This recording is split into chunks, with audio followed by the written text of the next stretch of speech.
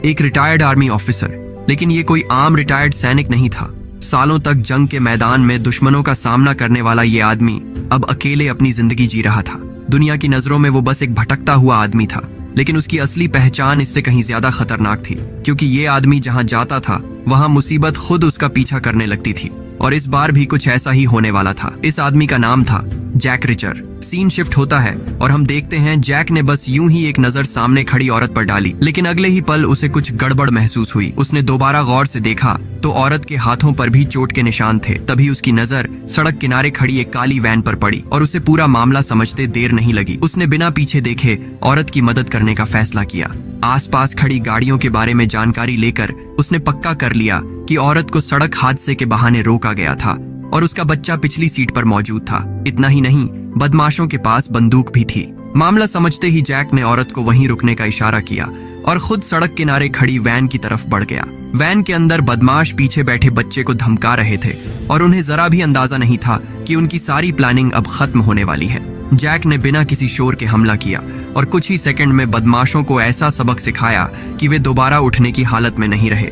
इसके बाद जैक ने बंदूक का मैगजीन और बाकी सामान औरत को सौंपा और उसे पुलिस को खबर करने की हिदायत देकर वहां से निकल गया। औरत ने उसे रोककर उसका नाम जानना चाहा, लेकिन जैक ने बस इतना बताया कि वह ऐसे मामलों में पड़ना पसंद नहीं करता। इसके बाद जैक वापस एटीएम के पास पहुंचा और पैसे निकालने लगा, लेकिन तभी एटीएम से निकली पर्ची पर उसकी नजर पड़ी और उसका चेहरा अचानक गंभीर हो गया। उस पर्ची पर उसके पुराने साथी का भेजा हुआ एक इमरजेंसी मैसेज था। उसे तुरंत अपने पास बुलाया गया था। वजह भी ऐसी थी जिसे सुनकर जैक के लिए चुप रहना मुमकिन नहीं था। उसके पुराने साथी केविन फ्रांस की हत्या हो चुकी थी। जैक कभी नेवी का अधिकारी रह चुका था और अपनी सर्विस के दौरान उसने मिलिट्री पुलिस की एक खास जांच टीम का नेतृत्व किया था। केविन फ्रांस भी उसी टीम का हिस्सा था। जैक भले ही अब रिटायर हो चुका था, लेकिन उसके पुराने साथियों के साथ उसका रिश्ता सिर्फ दोस्ती तक सीमित नहीं था। वे एक दूसरे के लिए जान तक देने को तैयार रहते थे। इसीलिए अपने साथी की बेरहमी से हुई हत्या की खबर सुनकर जैक के लिए चुप बैठना नामुमकिन था। इसके बाद जैक बिना देर किए न्यूयॉर्क पहुंच गया और अपने पुराने साथी नेग्ली से मिलने चला गया। दोनों की मुलाकात पूरे 2 साल 7 महीने बाद हो रही थी, लेकिन इतने लंबे वक्त के बाद भी उनके बीच की समझ और तालमेल पहले जैसा ही था। दोनों ने जल्दी से कुछ ब्रेड खाई और फिर नेग्ली ने जैक को पूरे मामले की जानकारी देनी शुरू की। फ्रांस करीब 1 हफ्ते पहले अपने घर से निकला था और उसके बाद अचानक गायब हो गया। कुछ दिनों बाद पुलिस को कास्किल पहाड़ों में उसकी लाश मिली। उसके शरीर पर चोटों के निशान साफ बता रहे थे कि मरने से पहले उसे बुरी तरह प्रताड़ित किया गया था। इतना ही नहीं, आखिर में उसे एक हेलीकॉप्टर से नीचे फेंक दिया गया था, जिससे गिरने की वजह से उसकी मौत हो गई। लेकिन असली सवाल ये था कि फ्रांस को इतनी बेरहमी से आखिर किसने और क्यों मारा। फ्रांस के गायब होने से कुछ दिन पहले उसने नेग्ली को एक मैसेज भेजकर उस केस से जुड़ी कुछ जानकारी मांगी थी, जिसकी वह खुद जांच कर रहा था। लेकिन उस वक्त नेग्ली अपने काम में इतना व्यस्त था कि वह फ्रांस के मैसेज का जवाब नहीं दे पाया। जब उसे वक्त मिला और उसने फ्रांस से दोबारा संपर्क करने की कोशिश की, तब तक बहुत देर हो चुकी थी। फ्रांस की बेरहमी से हत्या हो चुकी थी। इससे साफ लग रहा था कि उसकी मौत का सीधा संबंध उसी केस से हो सकता है जिसकी वह जांच कर रहा था। ये सुनकर जैक के दिमाग में एक और सवाल आया। अगर फ्रांस ने अपनी मौत से पहले नेग्ली से संपर्क किया था, तो हो सकता है उसने अपनी टीम के बाकी साथियों से भी बात करने की कोशिश की हो। लेकिन नेग्ली ने बताया कि फ्रांस की मौत के बाद उसने बाकी सभी साथियों को फोन किया था। हैरानी की बात यह थी कि किसी से भी संपर्क नहीं हो पाया। ये सुनते ही जैक को मामला साधारण नहीं लगा। उसे एहसास हो गया कि शायद फ्रांस की मौत कोई अकेली घटना नहीं थी। इसके पीछे कुछ बहुत बड़ा खेल चल रहा था। अपने साथी की दर्दनाक मौत को याद करते हुए जैक और नेग्ली ने फैसला किया कि वे पुलिस का इंतजार नहीं करेंगे। वे खुद इस हत्यारे तक पहुंचेंगे और अपने मारे गए साथी के लिए इंसाफ लेंगे। लेकिन जैसे ही दोनों कॉफी शॉप से बाहर निकले, दूसरी तरफ एक रहस्यमय आदमी ने किसी को फोन कर दिया। इसके बाद वह सीधे उस होटल में पहुंचा जहां जैक ठहरा हुआ था। उसने होटल के गेट पर मौजूद कर्मचारी को पैसे देकर जैक के कमरे का नंबर पता कर लिया। उधर जैक और नेग्ली फ्रांस की कंपनी में सुराग तलाशने पहुंच चुके थे। लेकिन जैसे ही दोनों ने अंदर कदम रखा, उन्हें अंदाजा भी नहीं था कि आगे उनका इंतजार कौन कर रहा है। कमरे के अंदर पहुंचते ही दोनों ने देखा कि पूरा ऑफिस तहस नहस पड़ा था। साफ था कि कोई यहाँ कुछ खास तलाश रहा था। ऑफिस की हालत देखकर उन्हें लगा कि शायद अब कोई सुराग नहीं बचा। लेकिन तभी नेग्ली की नजर एक चीज पर पड़ी। और उसके दिमाग में अचानक एक बात आई। उसे अंदाजा हुआ कि फ्रांस अपनी समझदारी के चलते जरूरी चीज को ऐसी जगह छिपाएगा जिसे वह रोज देखता हो, लेकिन जिस पर किसी को शक भी ना हो। इसी सोच के साथ दोनों बिना वक्त गंवाए सामने मौजूद पोस्ट ऑफिस पहुंच गए। लेकिन यहाँ एक नई मुश्किल खड़ी हो गई। उन्हें पता ही नहीं था कि फ्रांस का मेल बॉक्स कौन सा है। अगर वे गलत बॉक्स खोलते हुए पकड़े जाते तो उन्हें चोर समझकर पुलिस बुला ली जाती। लेकिन जैक इतनी आसानी से हार मानने वाला नहीं था। दोनों ने तुरंत एक प्लान बनाया। नेग्ली पोस्ट ऑफिस के अंदर गया और स्टाफ का ध्यान अपनी तरफ खींचने के लिए टिकट खरीदने का बहाना करने लगा। वहीं जैक मौका मिलते ही तेजी से मेल बॉक्स खोलने में जुट गया। लेकिन उसकी जल्दबाजी देखकर आसपास मौजूद लोगों को शक होने लगा। मामला बिगड़ता देख नेग्ली ने किसी तरह स्टाफ को अपनी बातों में उलझाए रखा, लेकिन हालात ज्यादा देर तक काबू में नहीं रहने वाले थे। तभी आखिरी वक्त पर जैक को सही मेल बॉक्स मिल गया। उसने अंदर से सामान निकाला और तुरंत वहां से भाग खड़ा हुआ। नेग्ली भी उसके पीछे दौड़ पड़ा और कुछ ही पलों में दोनों पोस्ट ऑफिस से बाहर निकल चुके थे। जैक के हाथ एक यूएसबी ड्राइव लगी थी जिसमें शायद फ्रांस की मौत से जुड़ा कोई बड़ा सुराग छिपा था। दोनों तुरंत होटल लौटे ताकि यूएसबी को चेक कर सकें। लेकिन जैसे ही जैक ने कमरे का दरवाजा खोला, नेग्ली को तुरंत कुछ गड़बड़ महसूस हुई। दोनों ने बिना देर किए अपनी बंदूकें निकाल लीं और सावधानी से अंदर बढ़े। कमरा फिर से पूरी तरह बिखरा हुआ था। साफ था कि कोई उनके आने से पहले कमरे की तलाशी ले चुका था। तभी जैक की नजर कमरे के अंदर मौजूद एक परछाई पर पड़ी। उसने तुरंत नेग्ली को इशारा किया और दोनों बेहद सावधानी से उस तरफ बढ़ने लगे। लेकिन उन्हें जरा भी अंदाजा नहीं था कि अगले ही पल ये मामला एक खतरनाक टकराव में बदलने वाला है। ये उनकी टीम का सदस्य ओडोनेल था, जिसे जैक का मैसेज मिलते ही वह तुरंत वहां पहुंच गया था। लेकिन कमरे की ये हालत उसने नहीं की थी। जब वह यहाँ पहुंचा तब तक कमरा पहले ही पूरी तरह तहस नहस हो चुका था। फ्रांस की मौत ने उसके अंदर भी गुस्सा भर दिया था और वह जल्द से जल्द हत्यारे तक पहुंचना चाहता था। लेकिन जैसे ही उसने यूएसबी ड्राइव कंप्यूटर में लगाई, सिस्टम में तेज अलार्म बज उठा। फ्रांस ने यूएसबी में पासवर्ड सुरक्षा लगा रखी थी। स्क्रीन पर साफ चेतावनी थी कि उनके पास सही पासवर्ड डालने के लिए सिर्फ 2 मिनट हैं। अगर 3 कोशिशों में सही पासवर्ड नहीं डाला गया तो यूएसबी में मौजूद सारी जानकारी अपने आप डिलीट हो जाएगी। उनके पास समय बहुत कम था। 3 में से 2 कोशिशें पहले ही गलत हो चुकी थीं और अब सिर्फ एक आखिरी मौका बचा था। तभी ओडोनेल को अचानक कुछ याद आया। उसने कहा कि दुनिया में कई खिलाड़ी और कलाकार ऐसे हैं जिन्हें लोग अपना आदर्श मानते हैं, लेकिन उसके सामने खड़ा आदमी उससे कहीं ज्यादा सम्मान के लायक था। इतना कहते ही उसने कंप्यूटर में जैक का सरनेम डाल दिया। अगले ही पल सिस्टम अनलॉक हो गया। जैक खुद भी हैरान रह गया कि फ्रांस उसे इतना सम्मान देता था, लेकिन इस बात ने उसके अंदर बदले की आग और भी भड़का दी। इसके बाद नेग्ली ने यूएसबी में मौजूद फाइलों को प्रिंट करना शुरू किया, लेकिन कागज सामने आते ही मामला और भी उलझ गया। एक पेज पर कुछ नामों की लिस्ट थी और हैरानी की बात यह थी कि सभी नामों के शुरुआती अक्षर ए और एम थे। वहीं ओडोनेल के हाथ लगी दूसरी फाइल उससे भी ज्यादा अजीब थी। उसमें 7 पेज थे जिन पर बेतरतीब आंकड़े और डेटा भरा हुआ था। पहली नजर में उसका कोई मतलब समझ नहीं आ रहा था। उन्हें समझ नहीं आ रहा था कि फ्रांस आखिर इन चीजों का क्या इस्तेमाल कर रहा था, लेकिन इतना साफ था कि इन्हीं रहस्यों की वजह से फ्रांस की जान गई थी। जब उन्हें खुद कुछ समझ नहीं आया तो जैक ने फैसला किया कि जांच में अपनी पुरानी टीम के और लोगों को शामिल किया जाए। इसी इरादे से वे टीम के एक और सदस्य स्वान के घर पहुंचे। उन्होंने काफी देर तक दरवाजा खटखटाया, लेकिन अंदर से कोई जवाब नहीं आया। आखिरकार जैक ने दरवाजा तोड़कर अंदर प्रवेश किया। अंदर कदम रखते ही एक तेज सड़ांत की बदबू ने उनका स्वागत किया। उन्होंने पूरे घर की तलाशी ली और आखिरकार बदबू की वजह सामने आ गई। स्वान का पालतू कुत्ता टॉयलेट में मरा पड़ा था, लेकिन ये देखकर किसी को भी राहत नहीं मिली, क्योंकि पहले फ्रांस की हत्या और अब स्वान के घर का ये हाल, दोनों घटनाएं एक दूसरे से जुड़ी हुई लग रही थीं। वो लाश स्वान की थी। अब टीम के बाकी सदस्य भी एक एक करके गायब हो रहे थे। ये सब देखकर जैक को समझ आ गया कि मामला सिर्फ फ्रांस की हत्या तक सीमित नहीं है। कोई उनकी पूरी 110वीं जांच टीम को निशाना बना रहा था। तभी जैक ने देखा कि एक छोटी कार उनका पीछा कर रही है। उसने बिना कुछ सोचे कार के पास जाकर उसे जोरदार लात मार दी। कार में बैठा गंजा आदमी तुरंत बाहर निकला और गुस्से में जैक से भिड़ने लगा, लेकिन जैक उसे सफाई देने का मौका देने के मूड में नहीं था। उसने उसका कॉलर पकड़ा और एक जोरदार टक्कर मार दी। जैसे ही जैक ने देखा कि वो आदमी जेब से बंदूक निकालने की कोशिश कर रहा है, उसने तुरंत उस पर मुक्कों की बौछार कर दी और कुछ ही सेकंड में उसे जमीन पर गिरा दिया। इसके बाद नेग्ली आगे बढ़ा और उसके पास मौजूद बंदूक लेने की कोशिश करने लगा, लेकिन तभी दोनों को एहसास हुआ कि मामला जितना आसान लग रहा था उतना था नहीं। वे तुरंत वापस अपनी कार में बैठे और अंदर का माहौल एकदम शांत हो गया। अब उन्हें समझ आ चुका था कि उन्होंने बहुत बड़ी मुसीबत मोल ले ली है। जिस आदमी को जैक अपने साथी की हत्या का मास्टरमाइंड समझ रहा था, वह शायद असल में कोई और ही था। और सबसे बड़ा सवाल यह था कि अगर उन्होंने कुछ गलत नहीं किया था तो पुलिस उनका पीछा क्यों कर रही थी। तभी नेग्ली को उस गंजे आदमी का चेहरा कुछ जाना पहचाना लगा। जांच करने पर पता चला कि वो जांच टीम के प्रमुख का हत्यारा था और पुलिस पहले से ही उसकी तलाश कर रही थी। अब पूरी तस्वीर धीरे धीरे साफ होने लगी थी, लेकिन तब तक जैक पुलिस पर हमला कर चुका था। इसलिए सबसे जरूरी काम था जैक को पुलिस की नजरों से छिपाना। नेग्ली की बड़ी और आसानी से पहचान में आने वाली कार अब इस्तेमाल नहीं की जा सकती थी। उन्हें एक ऐसी गाड़ी चाहिए थी जिस पर किसी की नजर न पड़े।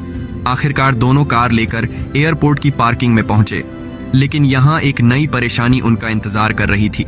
तीनों ही अब पुलिस की नजर में थे, इसलिए अपने असली नाम से कोई गाड़ी किराए पर लेना उनके लिए मुमकिन नहीं था। तीनों इसी परेशानी का हल सोच ही रहे थे कि तभी वह सीधे हाथ में सूटकेस लिए खड़ी एक खूबसूरत महिला की तरफ बढ़ा। ये महिला कोई अनजान नहीं थी, बल्कि उसी स्पेशल जांच टीम की सदस्य डिक्सन थी। फ्रांस की हत्या की खबर मिलते ही वह भी तुरंत वहां पहुंच गई थी। डिक्सन इस वक्त फेडरल जांच एजेंसी के लिए अंडरकवर काम कर रही थी, इसलिए उसके पास फर्जी पहचान के कई दस्तावेज थे। यही दस्तावेज उनके काम आने वाले थे। दोनों की नजरें जैसे ही एक दूसरे से मिलीं, साफ हो गया कि उनके बीच सिर्फ पुरानी टीम का रिश्ता नहीं था, बल्कि अतीत में कुछ और भी था। जल्द ही सभी लोग डिक्सन की किराए पर ली हुई कार में बैठ गए। जैक भी पहली बार उसके बगल में बैठा, लेकिन उसका मकसद पुरानी यादें ताजा करना नहीं था। दोनों रास्ते भर फ्रांस के केस पर बात करते रहे। डिक्सन का काम डेटा का विश्लेषण करना था, इसलिए जैक ने उसके सामने मिले सारे आंकड़े रख दिए। लेकिन हैरानी की बात यह थी कि नंबरों को समझने में माहिर डिक्सन भी उन्हें देखकर उलझ गई। उसे इन आंकड़ों का मतलब समझ नहीं आ रहा था, लेकिन एक बात साफ थी, इन नंबरों को इस तरह लिखना कोई संयोग नहीं था। हर पेज पर जानबूझकर कुछ जगह खाली छोड़ी गई थी, यानी इन आंकड़ों के पीछे कोई छिपा हुआ पैटर्न जरूर था। उधर उनका लगातार पीछा कर रहा वही रहस्यमय दाग वाला आदमी अपने बॉस को फोन कर चुका था। उसने अंदाजा लगाया कि जैक और उसके साथी जिस दिशा में जा रहे हैं, उससे लगता है कि वे अटलांटिक सिटी में अपनी टीम के बाकी सदस्यों को तलाशने जा रहे हैं। उसका अंदाजा बिल्कुल सही था। जैक और उसकी टीम अब जांच दल के 2 और सदस्यों सांचेज और ओरो को ढूंढने निकल चुके थे। लेकिन जब वे दोनों के ऑफिस पहुंचे तो वहां का नजारा देखकर उनके होश उड़ गए। ऑफिस भी पूरी तरह तहस नहस था। इससे भी ज्यादा चिंता की बात यह थी, नेग्ली की आदत थी कि वह अपना सामान कभी खुद से दूर नहीं रखता था। इसलिए जैक को डर लगने लगा कि कहीं उसे भी निशाना तो नहीं बनाया गया। माहौल अचानक गमगीन होने वाला था, लेकिन तभी जैक की नजर कमरे के एक कोने में रखी तस्वीरों पर पड़ी। उनमें सांचेज की एक महिला के साथ तस्वीर थी। उस महिला की तस्वीर को फ्रेम में संभाल कर रखना साफ बता रहा था कि वह उसके लिए बेहद खास थी। जैक और उसके साथी उसी तस्वीर के सहारे उस महिला तक पहुंचने के लिए एक बार में गए।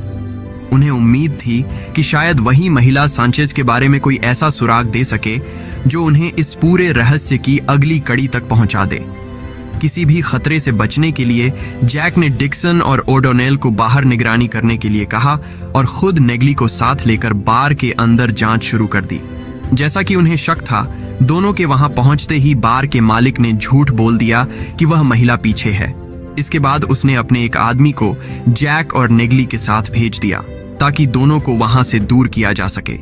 जैसे ही जैक और नेग्ली उसकी नजरों से दूर हुए, बार मालिक ने कोने में छिपी मीना को इशारा किया और उसे तुरंत वहां से निकलने को कहा। लेकिन बाहर डिक्सन और ओडोनेल पहले से ही नजर रखे हुए थे। उन्होंने जैसे ही मीना को अचानक दरवाजे से बाहर निकलते देखा, डिक्सन ने तुरंत पहचान लिया कि यही वही महिला है जिसकी तस्वीर उन्हें मिली थी। दोनों ने उसका पीछा शुरू कर दिया। उधर जैक और नेग्ली को जानबूझकर एक सुनसान गली में ले जाया गया। इससे पहले कि जैक कुछ समझ पाता, सामने वाले ने उस पर हमला कर दिया। लेकिन उसे अंदाजा नहीं था कि वह किससे भिड़ रहा है।